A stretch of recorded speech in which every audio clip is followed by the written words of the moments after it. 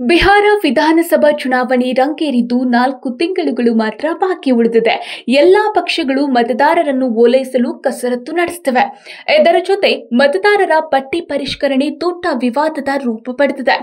ಇದರ ನಡುವೆಯೇ ಆರ್ಎಸ್ಎಸ್ ಕಾರ್ಯಕರ್ತರೇ ಮಾಡಿಕೊಂಡ ಆಂತರಿಕ ಪೂರ್ವ ಸಮೀಕ್ಷೆಯೊಂದು ಇಂಡಿಯಾ ಕೂಟವನ್ನ ಅಕ್ಷರಶಃ ಬೆಚ್ಚಿ ಬೀಳಿಸಿದೆ. ಅಕ್ಟೋಬರ್-ನವೆಂಬರ್ನಲ್ಲಿ ನಡೆಯುವ ಚುನಾವಣೆಯಲ್ಲಿ ಎನ್ಡಿಎ ಸ್ಪಷ್ಟ ಗೆಲುವು ಸಾಧಿಸಲಿದೆ ಎಂದು ಸಮೀಕ್ಷೆ ಹೇಳಿದೆ. ಹಾಲಿ ಸಿಎಂ ನಿತೀಶ್ ಕುಮಾರ್ ಅವರ ವರ್ಚಸ್ಸು ಕಮ್ಮಿಯಾಗಿದ್ರೂ ಸಹ ಮೋದಿ ಎಂಟ್ರಿ ಬಳಿಕ ಚಿತ್ರಣ ಬದಲಾಗಿದೆ ಎನ್ನಲಾಗ್ತಿದೆ. ಬಹುಮುಖ್ಯವಾಗಿ ಕಾಂಗ್ರೆಸ್ ಕೂಟ ಮಾಡಿದ ಮಾತೃ ನಿಂದನೆ ಹಾಗೂ ಎಐ ವಿಡಿಯೋ ಇಂಡಿಯಾ ಕೂಟಕ್ಕೆ ಬಹುದೊಡ್ಡ ಹಿನ್ನಡೆ ತರಲಿವೆ ಎಂಬುದು ಆಂತರಿಕ ಸಮೀಕ್ಷೆಯ ಲೆಕ್ಕವಾಗಿದೆ. 2020ರಲ್ಲಿ ವಿಧಾನಸಭೆ ಚುನಾವಣೆಯಲ್ಲಿ 243 ಸ್ಥಾನಗಳಲ್ಲಿ 75 ಸ್ಥಾನಗಳನ್ನು ಆರ್ಜೆಡಿ ಗೆದ್ದುಕೊಂಡಿತ್ತು. ಬಿಜೆಪಿ 74 ಸ್ಥಾನಗಳೊಂದಿಗೆ ಎರಡನೇ ಸ್ಥಾನ ಪಡೆದುಕೊಂಡಿತ್ತು. 74 ಸೀಟ್ಗಳನ್ನು ಪಡೆದ ಬಿಜೆಪಿ ಅಂತಿಮವಾಗಿ 43 ಸ್ಥಾನ ಗಳಿಸಿದ್ದ ನಿತೀಶ್ ಕುಮಾರ್ ಅವರ ಜೆಡಿಯು ಜೊತೆ ಸರ್ಕಾರ ರಚಿಸಿತ್ತು.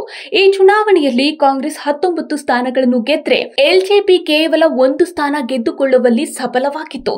ಸದ್ಯ ಆರ್ಎಸ್ಎಸ್ ಕಾರ್ಯಕರ್ತರ ಸಮೀಕ್ಷೆ ಪ್ರಕಾರ ಕೇವಲ ಬಿಜೆಪಿ ಪಕ್ಷವೇ 93 ಸ್ಥಾನ ಗೆಲ್ಲುವ ಸಾಧ್ಯತೆ ಇದೆ ಎನ್ನಲಾಗ್ತಿದೆ.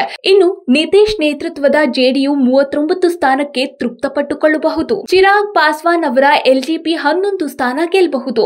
ಇಂಡಿಯಾ ಕೂಟದಲ್ಲಿ ಆರ್ಜೆಡಿ 67 ಸ್ಥಾನ ಪಡೆದುಕೊಂಡ್ರೆ ಇನ್ನುಳಿದಂತೆ ಕಾಂಗ್ರೆಸ್ ಸೇರಿ ಎಡಪಕ್ಷಗಳು 23 ಸ್ಥಾನ ಗೆಲ್ಲಬಹುದು. ಹೊಸದಾಗಿ ಎಂಟ್ರಿ ಕೊಟ್ಟಿರೋ ಪ್ರಶಾಂತ್ ಕಿಶೋರ್ ಪಕ್ಷವೂ ಸಹ ಅಚ್ಚರಿ ಎನ್ನುವಂತೆ 10 ಸ್ಥಾನ ಗೆಲ್ಲೋ ಸಾಧ್ಯತೆಯನ್ನ ತಳ್ಳಿ ಹಾಕುವಂತಿಲ್ಲ ಎಂಬುದು ಆರ್ಎಸ್ಎಸ್ ಕಾರ್ಯಕರ್ತರ ಗ್ರೌಂಡ್ ರಿಪೋರ್ಟ್ ಎನ್ನಲಾಗ್ತಿದೆ.